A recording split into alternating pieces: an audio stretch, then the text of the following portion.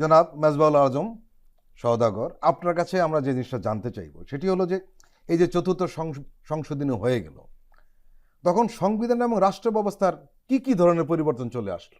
সংবিধান এবং রাষ্ট্র ব্যবস্থায় যে পরিবর্তনের কথাটা আপনি বললেন, বলবো যে একটা ব্যাপক ধরনের পরিবর্তন এসেছিল। পুরো এন্টার স্টেট সিস্টেমের বেসিক স্ট্রাকচারটা ভেঙে দেওয়া হয়েছিল। বেসিক স্ট্রাকচার বলতে প্রত্যেকটা দেশের সংবিধানে এমন কিছু বিধিবিধান থাকে যে বিধিবিধানগুলোতে রাষ্ট্র ওইগুলোতে কখনো চেঞ্জ করতে চায় না। যেমন একটা এক্সাম্পল বলি, যে বাংলাদেশ হইবে একটি গণতান্ত্রিক রাষ্ট্র এবং সেই রাষ্ট্রের যে শাসক তারা জনগণের ভোটে নির্বাচিত হইবেন। এটা হচ্ছে একটা বেসিক স্ট্রাকচার।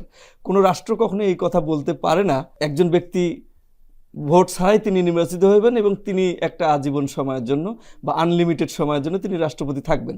এই কথাটা রাষ্ট্র কখনো সংবিধানে বলতে পারে না। এই জন্য আমরা এটাকে বলি যে basic structure of the constitution. So basic স্ট্রাকচারে কিন্তু কোনো চেঞ্জ সহজে আনা হয় না, মানে আনা যায় না আর কি। এখন আপনি বললেন যে কি কি পরিবর্তন হয়েছিল, তো মোটা দাগে 7টি জায়গায় পরিবর্তন এসেছিল। 7টি জায়গা কি যদি আমি বলি, প্রথম হচ্ছে যে এটা পার্লামেন্টারি ফর্মস অফ গভর্নমেন্ট ছিল, সেখান থেকে প্রেসিডেন্সিয়াল ফর্মস অফ গভর্নমেন্টে পরিবর্তন করা হয়েছে। এবং সেটি কিন্তু আমরা যেটা প্রেসিডেন্সিয়াল ফর্মস অফ গভর্নমেন্ট বলতে যা বুঝি সেটি কিন্তু না, নিজেই নিজেকে প্রেসিডেন্ট ঘোষণা করা এবং ভোট ছাড়াই নিজেকে প্রেসিডেন্ট ঘোষণা করা। 2 নম্বরে হয়েছিল ওয়ান পার্টি সিস্টেম একটা করা হয়েছিল, একটা জাতীয় দল ঘোষণা করার কথা বলা হয়েছিল এবং রাষ্ট্রে আর কোনো রাজনৈতিক দল থাকবে না, শুধু একটি মাত্র দল থাকবে, যেই দলের প্রধান হবেন শেখ মুজিবুর রহমান এবং তার নেতৃত্বে সেই দল চলবে, একটি মাত্র দল। এই মুহূর্তে চীনে এবং উত্তর কোরিয়া যেরকম রয়েছে জাস্ট সেরকম। আচ্ছা, 3 নম্বরে হচ্ছে যে পার্লামেন্টের পাওয়ারকে কার্টেল করা হয়েছিল।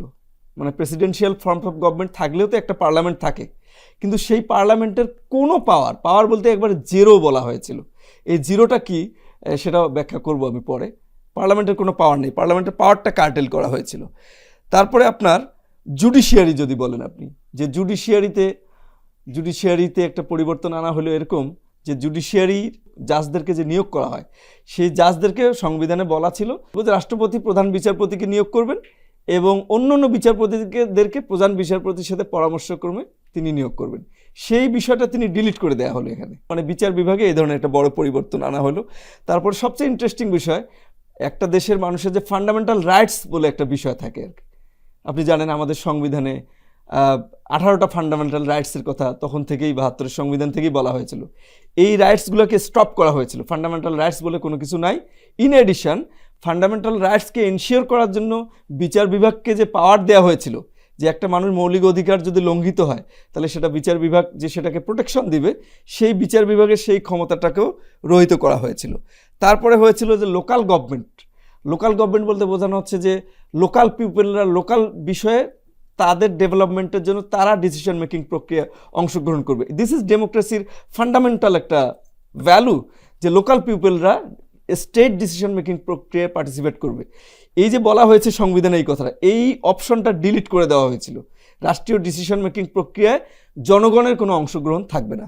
আর ফাইনালি যেটা বলা হয়েছিল যে প্রেস ফ্রিডম, যে 4টা সংবাদপত্র ব্যতীত আর কোনো সংবাদপত্র থাকবে না এবং কোনো সংবাদপত্র সরকারের সমালোচনা করতে পারবে না। এর মানে হলো যে এই যে চতুর্থ সংশোধনীর পর আসলে গণতন্ত্র বলে কিছু থাকলো না, এই তো। ডেফিনেটলি 7টা জিনিস হচ্ছে, আপনি যদি বলেন যে এটা হচ্ছে basic structure of the state, মানে বেসিক স্ট্রাকচারটাকে একবারে ভেঙে দেওয়া হয়েছিল।